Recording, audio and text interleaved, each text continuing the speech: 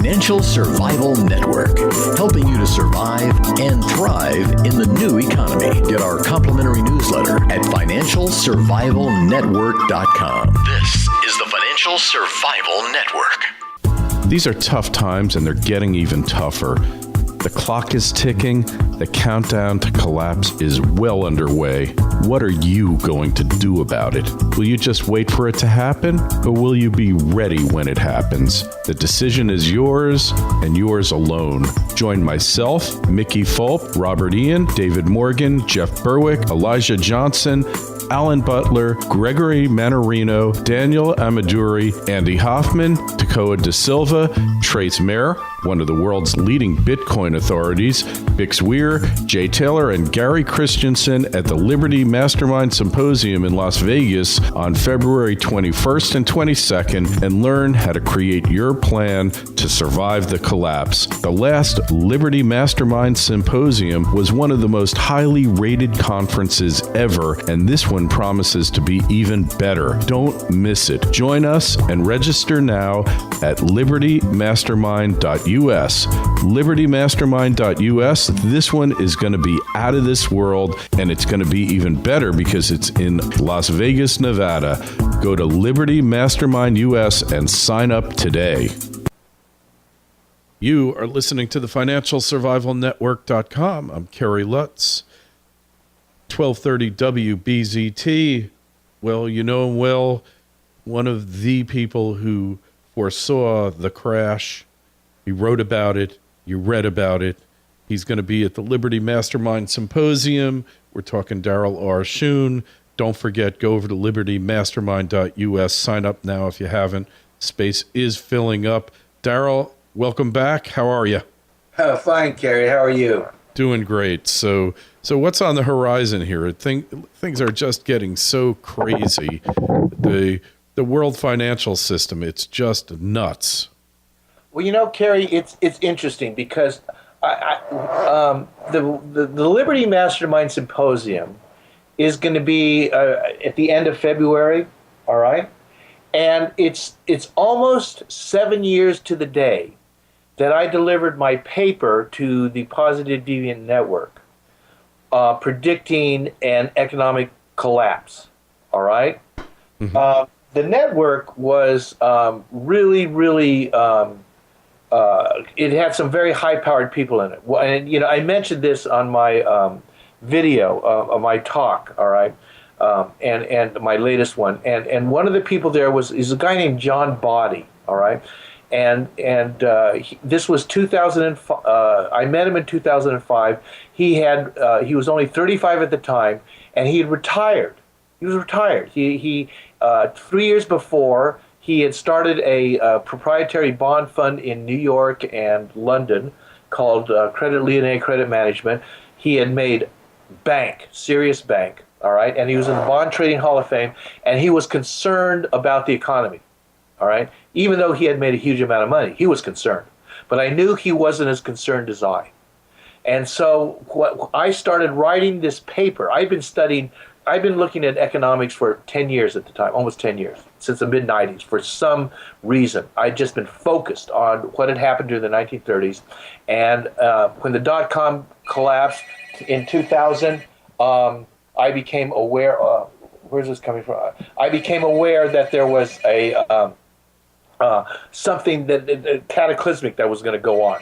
So what happened was that I was in 2005. I just knew we were overdue for a crash, and so what I did is I told I presented this paper in March, in 2007, and it started soon after that summer. That summer, hedge funds collapsed. A year later, Wall Street went down. Bear Stearns, Lehman Brothers went down, and now, Kerry, we're 7 years after I presented that paper.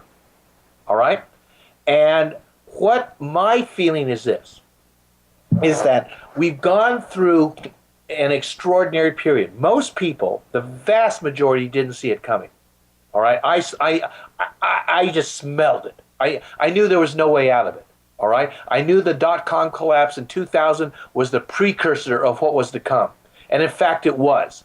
what happened is that Greenspan had to slash rates down to 1.25% to restart the economy. And what he did, he semi-restarted the economy, but what he really started was another bubble.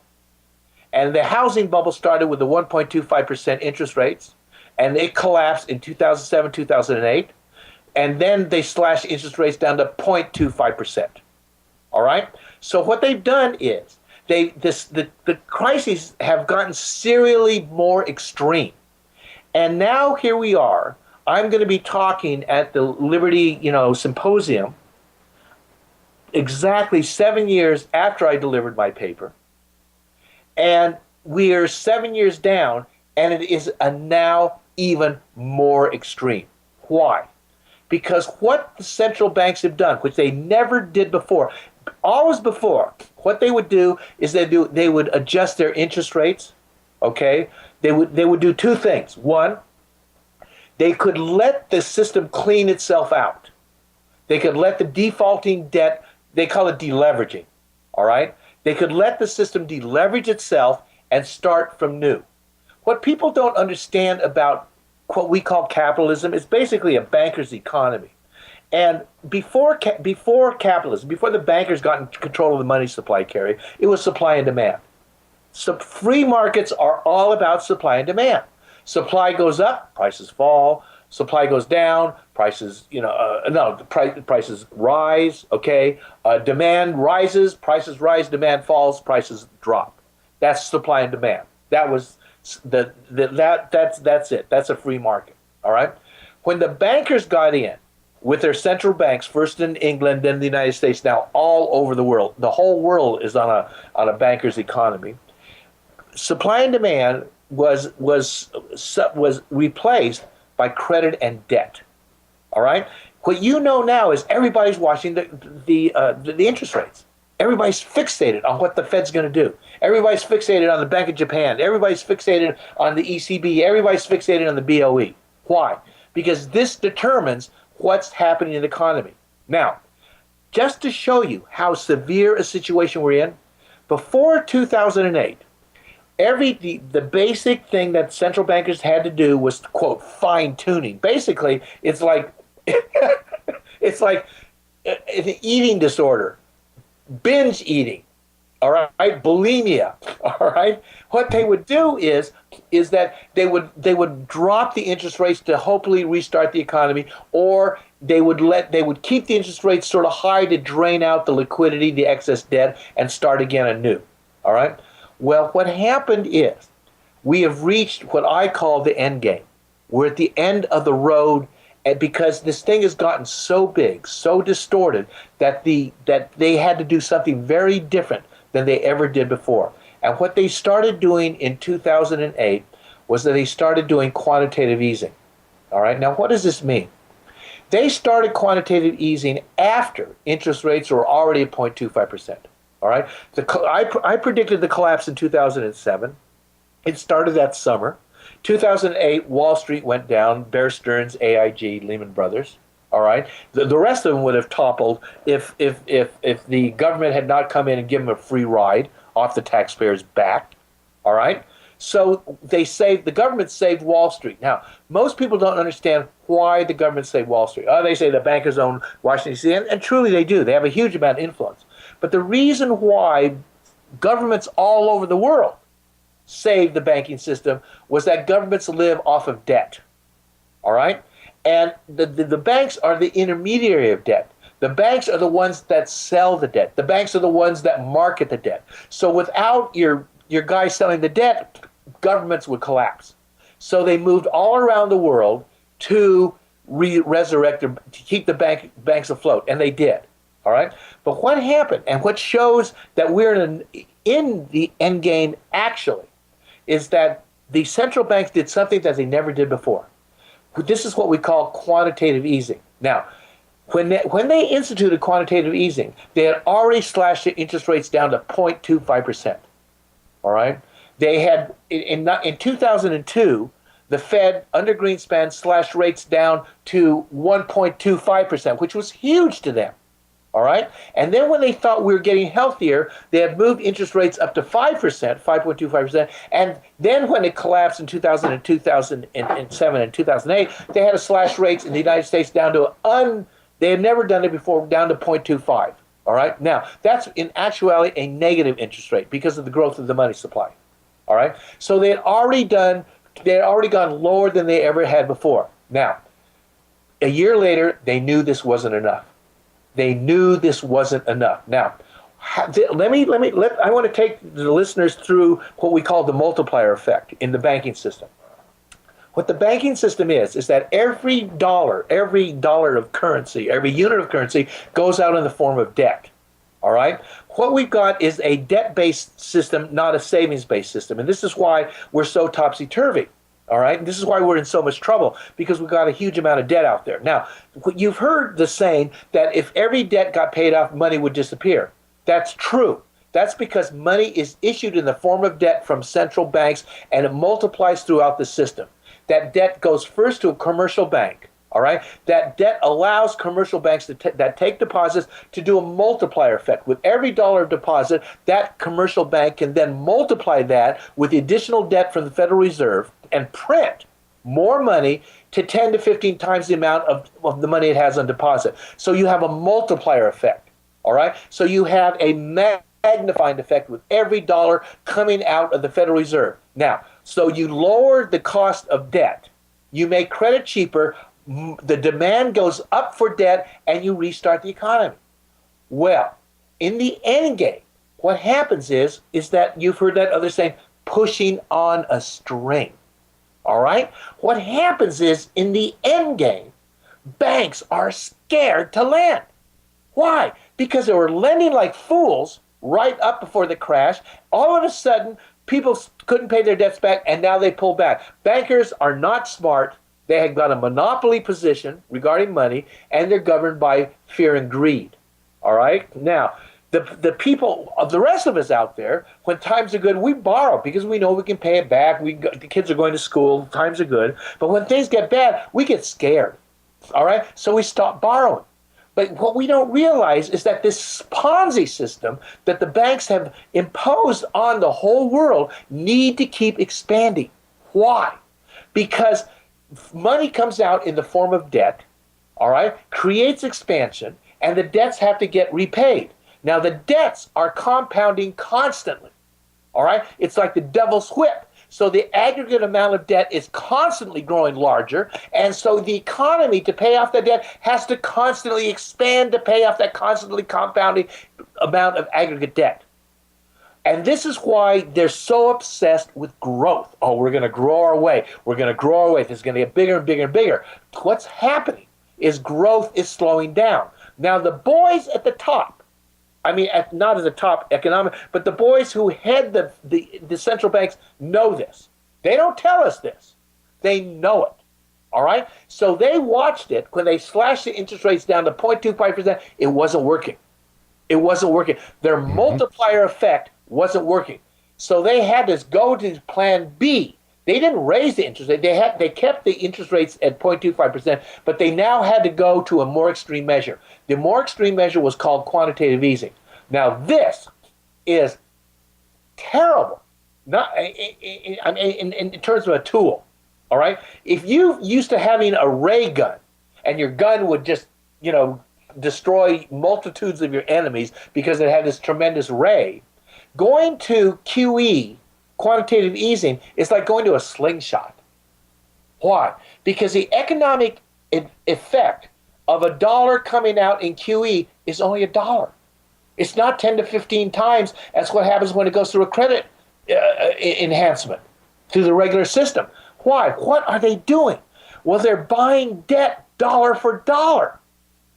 They're buying government debt, which allows the governments to spend more because the governments have to make up for the collapse in private demand. They have to, all right, because they're just trying to survive, all right. They have to, and they're buying mortgage debt, all right. But it's dollar for dollar. They're buying billions of dollars, trillions of government debt in the form which is either mortgage debt or government IOUs. But the thing that people don't realize is that the bang for the buck is no longer 10 to 15 to 1. It's 1 to 1. If that, I mean. If that, you're right. Yeah. If that, because it's getting sucked up. It's getting sucked up. So what happens is that we are in a totally different situation than we've ever been before. All right? When Alan Greenspan cut interest rates down to 1 point, it isn't that the guy isn't dumb. He just was in over his head. All right? When he did that in the early 2000s, he said, he turned to another central bank. He said, this is unprecedented. What he was saying is, they had never done that before. God, and truly they hadn't.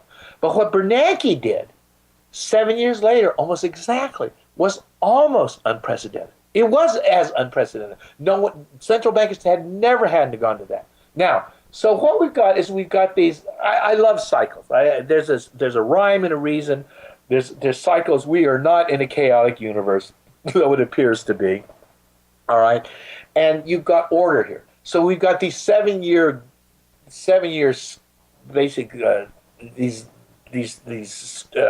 rulers of time. Okay, you have the 7 year from when they slashed interest rates down to 1.25. 7 years later, they had to slash it down to 0.25, and that didn't work. So they started putting in QE, which is buying government debt dollar for dollar. The leverage is gone. All right, now we've now had 3 years of QE, Kerry. All right, QE1, QE2, QE3. It's really QE, etc. All right. There's a lot of talk in Washington D.C. and at the Fed about tapering. All right. Now, why are they saying it? Now, I want to take the medical model of the U.S. economy. All right. To me, the U.S. economy, let's call him Uncle Sam, suffered a heart attack in 2000 with the dot-com bust. That was a heart attack. All right, so they immediately rushed him to the hospital, put him on steroids, and brought him back up. But because of the medicine they gave him, which was the cheap interest rates, it created a property bubble. And then in 2007, 2008, Uncle Sam had a stroke. All right, so we've gone from a heart attack to a stroke. All right, he's in intensive care. He's been in intensive care for the past 7 years. All right, and everybody's watching the charts. And whenever the chart seems to stabilize, all the pundits, all the people who want Uncle Sam to come out, because even the slaves sort of want Uncle Sam to survive. All right, I mean, they go, "Oh God, we're out of it. We're out of the danger zone." Well, you're out of the danger zone when they take him out of ICU. All right, he's still in ICU. They're still pumping him full of cheap credit of these things, and he's still in ICU. All right. Sure, you get these blips, these ups and downs. Oh God, his blood pressure is stabilized, and so they print out. Why? Is the media only reporting the good news? Let me tell you something. Let me tell you something about this. My website, I jokingly say, Kerry, it's all the bad news that you can take when you're not on medication. All right. And I'm not doing it because that's the only news. I'm doing it to mitigate the quote good news that the mainstream media generally only prints. Now, why do they do this? There's a rhyme and a reason. It's because the banker's economy is a Ponzi scheme based upon credit growth, credit demand, and payment of debt. All right? And unless it expands, unless people feel confident enough to go out and buy, they're not going to. So they're constantly feeding the public the good news. The good news. Yes, you can go out and buy that car, that house. You can take that dream cruise that you've been wanting to take, you and the missus. Yeah, you can borrow that money and send your kid off to some college, God knows where, with the thing, because you're going to pay it off. It's going to pay off. Because unless this happens, unless that income, that credit growth stream keeps going, it's going to collapse. It's a momentum game. But truly, what it really is, it's like a juggler, all right? And it was easy to start in 1695 when the bankers did it. It was only this little country, off the north of Europe, with this juggle, and they got so powerful by being able to go to war on credit, they took over the whole damn world. In 150 years, they took over the world, all right? And then when they couldn't get more of the world under their belt, because it has to keep expanding, they moved the game, the Bank of England, the central bank over the United States, which is as you know, the boys in England always saw the United States as the colony that got away. All right, they moved it over here in the middle of the night, December 25th, stuck it in here, and boom, boy, did we take off. You know why? Because the United States, we got that go-go mentality. All right, let's take when we got a hold of that toy. All right, boy, did we go to town with it. Now the Brits, the English, are very conservative people. Instinctively, all right. I mean, the way they even make jokes about themselves, but they're very conservative. They're basically cautious, like that. Okay, and they had capital in the banker system since 1695, and it went up and down, up and down, up and down. But they steered it through all these systems until it got to a point where it couldn't expand anymore, and then moved to the United States. Well, what did we do with it? Shit, we're only 150 years old. We've had this great country in front of us, expansion. So we took this incredible goose that you could make money out of nothing, and we blew it up. We got the Federal Reserve in 1913. 10 years later, Kerry, we started the Roaring Twenties. 10 years later, in 1933, we were in the depths of the Great Depression. 20 years. We took that. Didn't take system. long, huh? Oh, hey, we're the go-go. We have no history. We have no sense of where are the limits?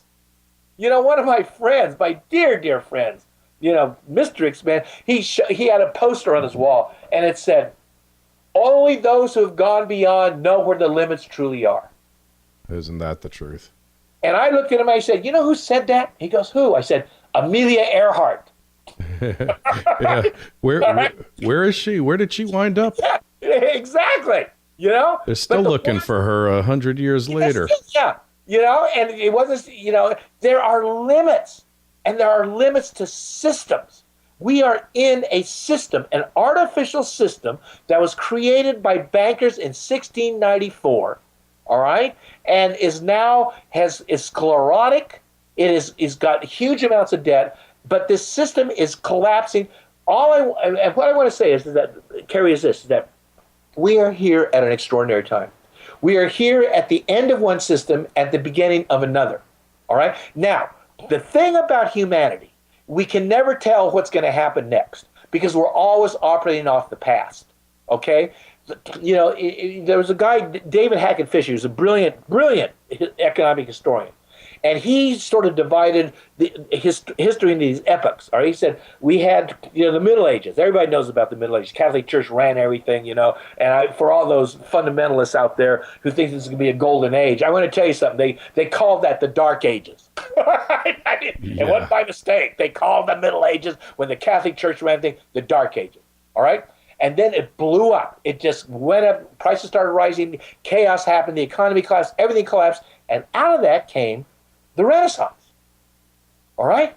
And the Renaissance was great. I mean, you still go down to Italy, you see the music, art, the beauty, the flowering. It certainly wasn't the Dark Ages. It had changed, all right? But 150 years later, all of a sudden you had the Black Plague sweeping through the place.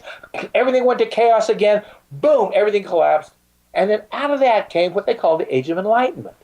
And this is when Protestantism started taking over from the Catholic Church, which meant that you could start thinking on your own in a way that you couldn't before, not really on your own, because there's a Lutheran there, there's a Calvinist, I mean, they're going to As long as you kept your mouth shut, you could think on your own. Yeah, if you keep your mouth shut, you can think on your own, all right? And then, but what happened is that went along, and then 100, 200 years later, it blew up again. Prices started rising. Hackett Fisher said, he calls these great waves. He said these come, they change everything, all right? David Hackett Fisher said this. The latest great wave started, he said these waves last between 80 and 160 years. He said the last great wave started in 1896, all right? We're 120 years into it now. And he said this great wave, the one we're in now, has the highest amplitude of change of any great wave that he has studied. So we are in the mother of all great waves. The mother of all great waves, all right? But what he said was this. Every collapse is maximal, all right? And they share certain communalities. But he said after every collapse, a new era arises. that's better than the previous era in ways that you can't imagine in the previous era, because we're all operating off what the past is like. Now, here we are. We're talking, Kerry, in 2014, all right? And I'm saying this. My metaphor about the Great Wave is we're on a no, we're not on a surfboard. You and I are in a dinghy, all right? All right? On this huge Great Wave, okay? And we're starting to slip over the edge, but we haven't gone over the edge yet. Now, Kerry, you and I are in the front of the dinghy, all right? Everybody else is sort of behind us. And we're looking over that edge and going, holy shit, all right? Now, the people behind us in the dinghy can't see what we're singing. They just can't see it. No matter how much we tell them, they're not going to see it. All right? Because one, they don't see it. All right? So they think we're crazy saying these things. All right? Oh, there's Chicken Little again. Oh, blah, blah, blah. There's always doomsayers. Whatever reason that they give to make themselves explain why you're saying something, and they don't see it. They just don't see it. All right? And then the ones at the back of the dinghy are looking behind them. All right? So we're the only ones at the top looking down. Now, we are here. The wave is in the process of beginning to break. All right? And, I always end my articles, buy gold, buy silver, have faith. All right? And before I started my study of economics, I really started looking at what this phenomenon was. And I know the terrible things that happen on Earth. I just made that crack to you that life, the Earth is a cosmic outpatient clinic. All right? I mean, in the 20th century, I saw the figures recently that 160 to 170 million people died from war. That's a whole lot of people. 160 to 170 million from war alone. All right? That's crazy. And it's crazy. It's something you would expect in an outpatient clinic. All right? When people just start doing that to themselves. All right? And the truth of the matter is this. It's going to change in a fundamental way, Kerry. This change that we're in, and I wrote this in my book, my 148-page paper that I presented at the Positive Deviant Network. All right. At the end of the book, I talked about the paradigm change. I talked about terre de chardin. I talked about things that were going to happen. And so, but what happened is that in 2007, when I presented my paper, people didn't even think a collapse was going to happen. And so nobody even got to the back of my book, or not even, they got no attention at all. And perhaps some people did take some comfort in it. All right. And so now here we are. We're in the collapse. The people who denied a collapse was going to happen are now saying, well, we're through the collapse and we're back to the good times. All right? They're no longer collapse deniers. All right? What they are is deniers of the collapse, eventual real collapse. All right? They're just trying to gather their forces and say, well, we've made it through the worst part. No, we haven't made it through the worst part. The worst part is starting to unravel right now. But what I want to say is, the best part is after the worst part. I mean, right. I can't sugarcoat this. I can't say this is going to be easy. I can't say it's going to be fun. At the most, it's going to be exciting. For those who like to be in the front car of a roller coaster, and it's going to be exciting, all right? But it's going to be tough, and it's going to be life-changing. And we're just at that place, Kerry. We're there. I mean, I could be wrong. I have been wrong, but I have been right. All right, and these issues of the economic collapse. You were right. I've been studying this stuff since the 1990s. My background is political science. It's not economics, and I think that stood me well. Because if I had gone to an economics course through a field of study, I'd been given a what they call knowledge. It's just a pre-program of what people think. You're either Keynesian, you're Friedmanite, and you saw a certain way, and you bought it. Just like you're either a Catholic or a Baptist or a Muslim or even atheist. You just buy the system that you're born in. If your dad's an atheist, you're probably going to be an atheist. All right. If you're born in the South of the United States, you're probably going to be a Southern Baptist. You're born in Iran, you're going to be a Muslim. And if you're not, you're going to be trouble, whoever you are, if you're the odd man out. All right? You're talking to them. I'm the square peg in the proverbial round hole that never quite fit. Yeah. No, we don't. But you see, that's why Marshall called his group the Positive Deviant Network. The people who deviated from the norm could see in a certain way that the norm couldn't. All right? Exactly.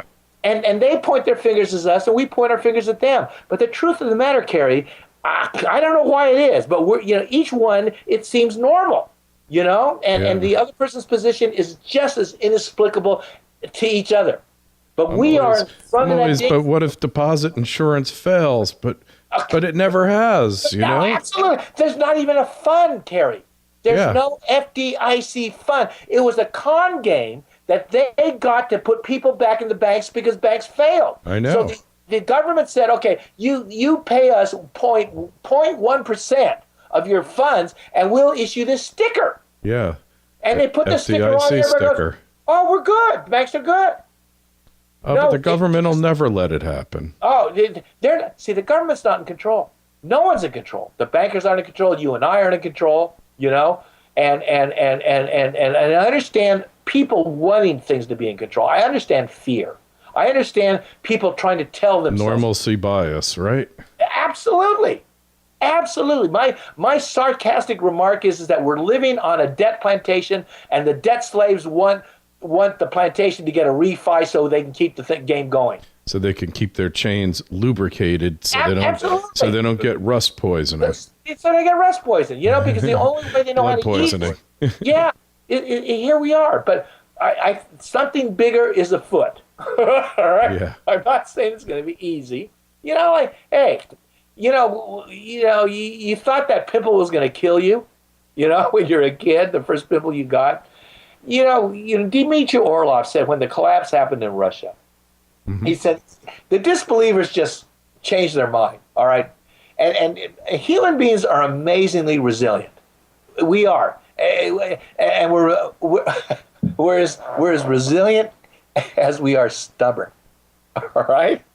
And we're reaching a point where we can deny what's going on, but it's going to get us. It's coming down. And I've sort of quit trying to tell people about it because I started a long time ago. I just make my own thing. But for the ones who have ears, it is coming. We're the patient's still in ICU. All right. I can't be lost. I can't be lost. I have GPS. It's impossible for me to be lost. Yeah, we've got the can't best happen. Doctors. We've got the best doctors in the world.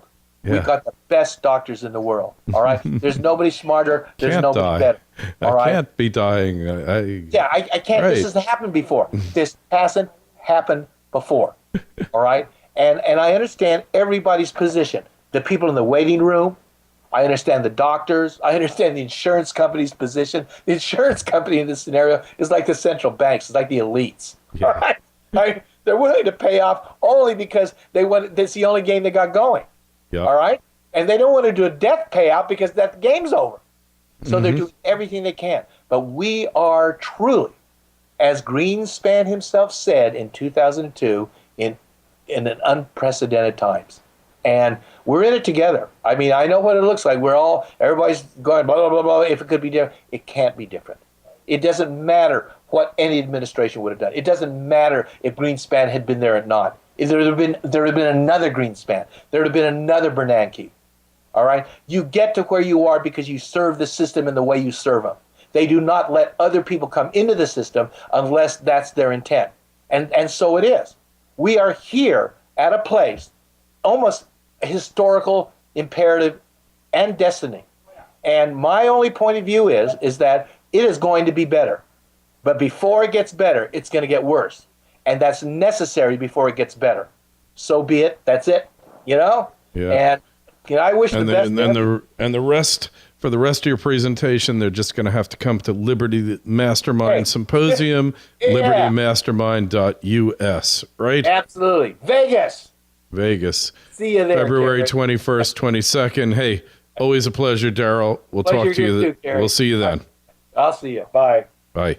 Hi, it's Kerry Lutz. I recently decided to move my retirement account into physical precious metals to hedge against the coming times. If you want to move an existing retirement account into physical precious metals that you can hold in your hand, tax-free, there's no company that can do it more quickly and efficiently than Regal Assets. It took them just 24 hours to open my new IRA account, and all I had to do was fill out one simple form. The best part is that Regal Assets does all the work for you. They cover the setup and administrative costs for 2013. If you're interested in making the same move I did, call 855-678-6620, 855-678-6620. That's 855-678-6620, or visit them at regalassets.com. You'll be glad you did, and tell them Kerry sent you.